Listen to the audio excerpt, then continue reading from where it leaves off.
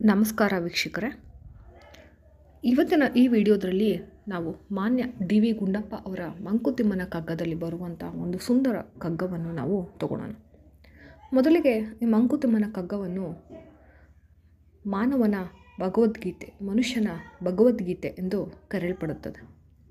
ಯಾಕೆ ಅಂದರೆ ಶ್ರೀಕೃಷ್ಣನ ಭಗವದ್ಗೀತೆ ಆದಮೇಲೆ ಈ ಜೀವನದ ಪ್ರತಿಯೊಂದು ಸಾರವನ್ನು ಎಳೆಯಾಗಿ ಹಾಗೆ ನೀತಿ ಪಾಠವನ್ನು ಹೇಳುವಂಥ ಇನ್ನೊಂದು ಕೃತಿ ಅಂದರೆ ಅದು ಮಂಕುತಿಮ್ಮನ ಕಗ್ಗ. ಹಾಗಾಗಿ ಈ ಕಗ್ಗ ಬಹಳ ಮುಖ್ಯವಾಗಿದೆ, ಇವತ್ತಿಗೂ ಪ್ರಸ್ತುತವಾಗಿದೆ ಅಂತ ಹೇಳ್ಬೋದು. ಈ ಕಗ್ಗದಲ್ಲಿ ಏನು ಹೇಳ್ತಾರೆ ಅಂತ ನಾವು ನೋಡೋಣ. ಪ್ರೀತಿ ಮಹಿಮೆಯ ಚಿತ್ರ ರೀತಿಯಂ ವಾಲ್ಮೀಕಿ, ನೀತಿ ಸೂಕ್ಷ್ಮದ ಗಹನ ಮಾರ್ಗಮಂ ವ್ಯಾಸರ, ಗೀತೆಯಲ್ಲಿ ವಿಶ್ವಜೀವನ ರಹಸ್ಯವನ್ನು ಖ್ಯಾತಿಸಿಹರು ಕಾವ್ಯ ಮಂಕುತಿಮ್ಮ.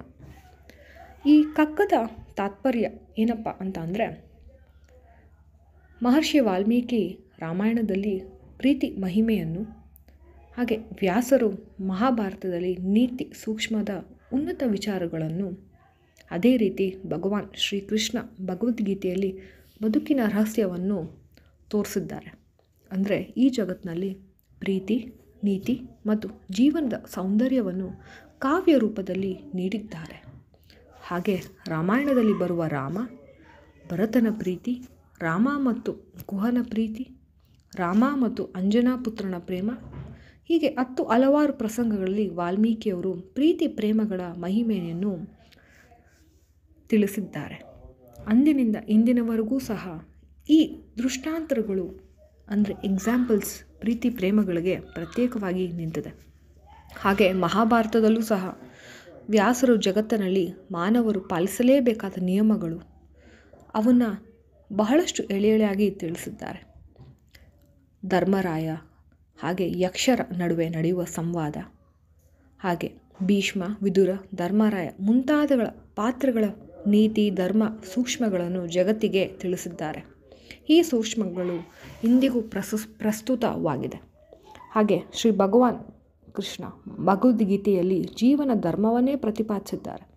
ಇದು ಸಾರ್ವಕಾಲಿಕ ಪ್ರಸ್ತುತೆಯನ್ನು ಉಳಿಸಿಕೊಂಡಿದೆ. ಜಾತಿ, ಧರ್ಮ, ವರ್ಣ, ಪಂಗಡ, ದೇಶ, ಕಾಲಗಳ ಎಲ್ಲೆಯನ್ನು ಮೀರಿ ಇಂದು ಜ್ಞಾನದ ಉತ್ತುಂಗ ಶಿಖರದಲ್ಲಿ ನಿಂತು ಬದುಕಿನ ವಿಧಾನವನ್ನು ಘೋಷಿಸುತ್ತಿದೆ. ಈ ಭಗವದ್ಗೀತೆ ಜಗತ್ತಿನ ಬೇರೆ ಎಲ್ಲಿಯೂ ಇದು ಲಭ್ಯವಿಲ್ಲ.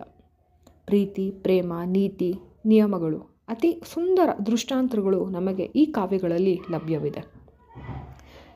ಹೀಗೆ ಈ ಕಾವ್ಯಗಳು ಇಂದಿಗೂ ಪ್ರಸ್ತುತ. ಅಂದಿನ ಪ್ರೀತಿ, ಪ್ರೇಮ, ನೀತಿ, ನಿಯಮಗಳು ಪರಿಭಾಷೆಯೇ ಬೇರೆ ಇದ್ದರೂ ಸಹ ಏನು ಎಂದು ಕೇಳುವ ಪ್ರಶ್ನೆ ಹುಟ್ಟುಕೊಳ್ಳುವುದಿಲ್ಲ. ಮೂಲಾರ್ಥದಲ್ಲಿ ಇವುಗಳ ಮೌಲ್ಯ ಇಂದು ಸ್ಥಾಪಿತವಾಗಿದೆ. ನಮ್ಮ ಬದುಕು ಮತ್ತು ಸುಂದರವಾಗಬೇಕು ಅಂದರೆ ನಾವು ಈ ದೃಷ್ಟಾಂತಗಳನ್ನು ನಾವು ಕೇಳಿಸಿಕೊಂಡು ಹಾಗೆ ಪಾಲಿಸಬೇಕಾಗುತ್ತದೆ ಎಂದು ಶ್ರೀ ಮಾನ್ಯ ಗುಂಡಪ್ಪರವರು ಈ ಕಗ್ಗದಲ್ಲಿ ತಿಳಿಸಿದ್ದಾರೆ. ಹಾಗಾಗಿ ಈ ಕಗ್ಗ ಬಹಳ ಮುಖ್ಯವಾಗಿದೆ. ಬಹಳಷ್ಟು ಈ ಕಗ್ಗದಲ್ಲಿ ಒಳ ಅರ್ಥವನ್ನು ನಾವು ನೋಡ್ಬೋದು. ಇದು ಈ ಕಗ್ಗದ ಒಟ್ಟಾರೆ ತಾತ್ಪರ್ಯ ಆಗಿದೆ. ಮುಂದಿನ ಕಗ್ಗದಲ್ಲಿ ನಾವು ಭೇಟಿಯಾಗೋಣ.